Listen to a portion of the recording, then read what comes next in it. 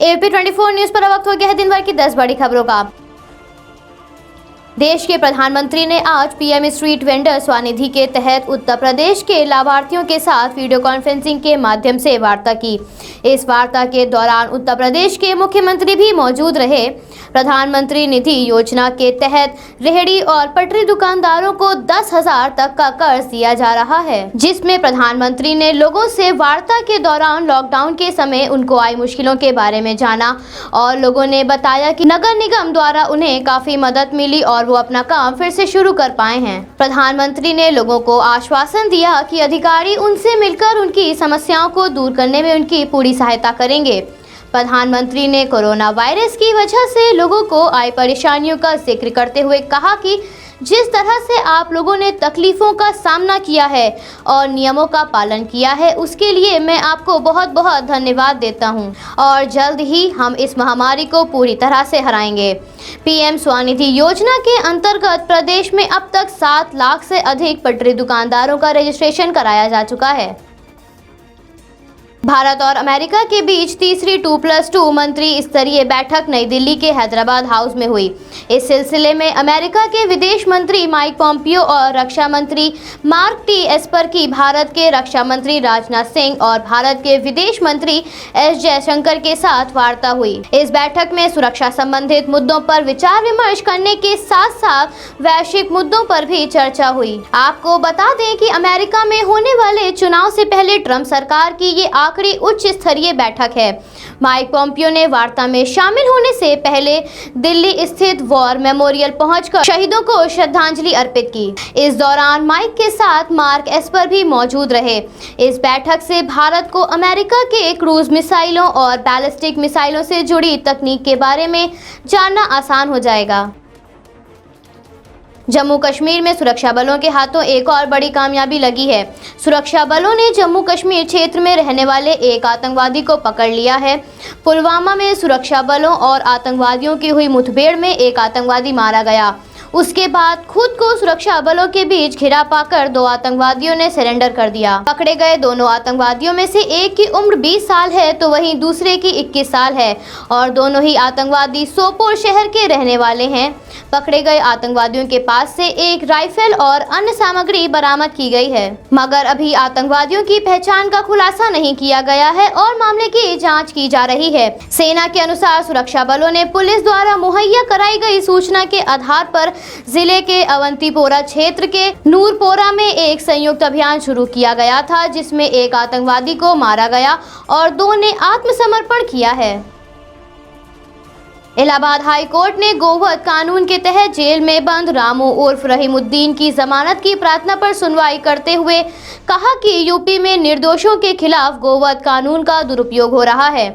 न्यायमूर्ति सिद्धार्थ ने कहा कि जब भी कोई मांस बरामद होता है तो उसे फॉरेंसिक लैब में जांच कराए बिना गौमांस घोषित कर दिया जाता है और निर्दोष व्यक्ति को उस अपराध के लिए जेल भेज दिया जाता है जो शायद उसने किया ही नहीं है। कोर्ट ने कहा कि गौ संरक्षण गृह तथा गौशाला बूढ़े और दूध न दे पाने वाले पशुओं को नहीं लेते हैं और इनके मालिक भी इनको खिला पाने में सक्षम नहीं होते हैं। वो पुलिस और स्थानीय लोगों द्वारा पकड़े जाने के डर से इनको किसी दूसरे राज्य में भी नहीं ले जा सकते हैं, लिहाजा ऐसे जानवरों को छुट्टा छोड़ दिया जाता है और वो किसानों की फसलों को बर्बाद करते हैं तथा समाज को गंभीर रूप से प्रभावित करते हैं। कोर्ट ने कहा कि ऐसे जानवरों को उनके मालिकों के घर या फिर गौ संरक्षण गृह में रखे जाने के लिए कोई रास्ता निकालने की आवश्यकता है। बिहार में होने वाले विधानसभा चुनाव को लेकर सभी राजनीतिक पार्टियां अपना पूरा जोर लगा रही हैं। कोई रैली के जरिए तो कोई जनसभाओं के जरिए मतदाताओं को अपनी ओर लुभाने की कोशिश कर रहा है, परंतु जनता क्या फैसला करेगी ये तो आने वाले परिणामों पर ही निर्भर करता है। परंतु सभी पार्टियों के वरिष्ठ नेतागण भी इस चुनाव में कोई कसर नहीं छोड़ रहे हैं, जिसमें अब कांग्रेस पार्टी की अध्यक्ष सोनिया गांधी ने बिहार की जनता के नाम एक वीडियो संदेश भेजा है, जिसे राहुल गांधी ने अपने ट्विटर अकाउंट पर साझा किया है। इस वीडियो में सोनिया गांधी ने कहा कि बिहार के मेरे प्यारे भाइयों और बहनों, मैं बिहार की पवित्र धरती को नमन करती हूँ। उन्होंने कहा कि बिहार की जनता से मेरी अपील है कि वो महागठबंधन के उम्मीदवारों को वोट दें और एक नए बिहार का निर्माण करें। सेना के शीर्ष कमांडरों की 4 दिवसीय बैठक आज से शुरू हो गई है। पहले दिन की बैठक में 13 लाख की ताकत वाले बल में मानव संसाधन प्रबंध संबंधित मुद्दों पर विचार विमर्श किया गया। सूत्रों से प्राप्त जानकारी के अनुसार इस बैठक में LAC के संवेदनशील इलाकों में युद्धक तैयारियों की समीक्षा की जा रही है। इस बैठक में सैन्य कमांडर, सैन्य मुख्यालयों के प्रिंसिपल स्टाफ अफसर और अन्य वरिष्ठ अधिकारी शामिल हुए, जिसमें रक्षा मंत्री राजनाथ सिंह, नौसेना प्रमुख admiral Karambir Singh, air chief marshal RKS Bhadauria और CDA जनरल बिपिन रावत ने संबोधित किया। राजस्थान की अशोक गहलोत सरकार अब राज्य में मास्क को लेकर एक नया कानून बनाने वाली है। इसके तहत सभी लोगों को मास्क पहनना अनिवार्य होगा। सरकार आगामी विधानसभा सत्र में इन संबंध में एक विधेयक लाएगी। मुख्यमंत्री अशोक गहलोत पिछले 2 अक्टूबर से चलाए जा रहे no mask no entry corona के विरुद्ध जन आंदोलन अभियान की सफलता के लिए राज्यों के सभी विभागों के अधिकारियों से बराबर संपर्क में थे। मुख्यमंत्री गहलोत ने कहा कि राज्य के गांव दांडी तक इस अभियान को सफल बनाने के लिए समाज का हर वर्ग और तबका पूरी तरह प्रतिबद्धता से सरकार के साथ जुटे। उन्होंने कहा कि जब तक दवा नहीं आती तब तक मास्क पहने, 2 गज की दूरी बनाए रखें और बार बार हाथ धोने जैसे उपाय अपनाकर ही कोरोना वायरस से बचा जा सकता है। सोमवार देर रात बिहार के मुंगेर में दशहरा पर दुर्गा मूर्ति के विसर्जन के दौरान जबरदस्त बवाल होने के कारण एक व्यक्ति की मौत हो गई और 5 स्थानीय लोग घायल हो गए। इस बवाल के दौरान फायरिंग भी की गई थी। बिहार में विधानसभा चुनाव सर पर हैं, ऐसे में इस घटना ने कानून व्यवस्था पर सवाल खड़े कर दिए हैं। मृतक के परिवार वालों ने पुलिस पर फायरिंग का आरोप लगाया है।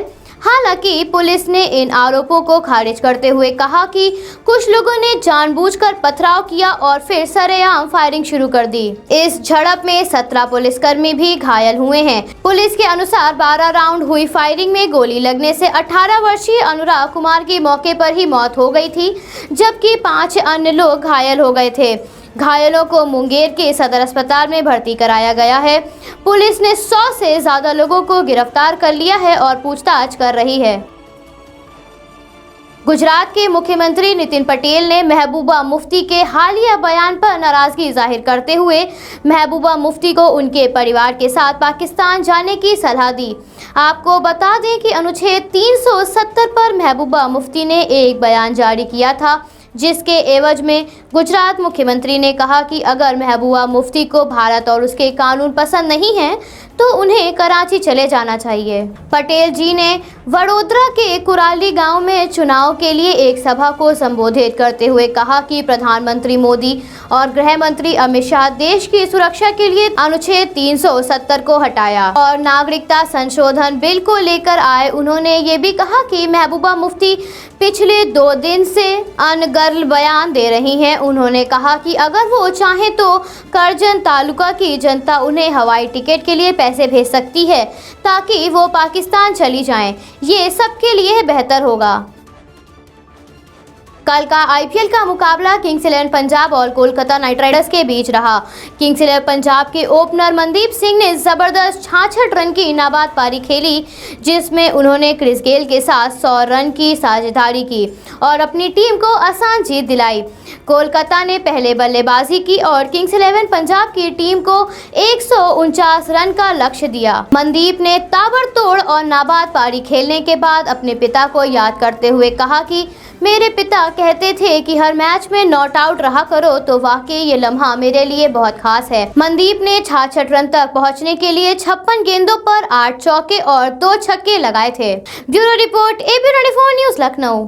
सब्सक्राइब कीजिए हमारे न्यूज चैनल को और बेल आइकन को प्रेस करना ना भूलें ताकि हमारे नए वीडियोस का नोटिफिकेशन आपको मिलता रहे।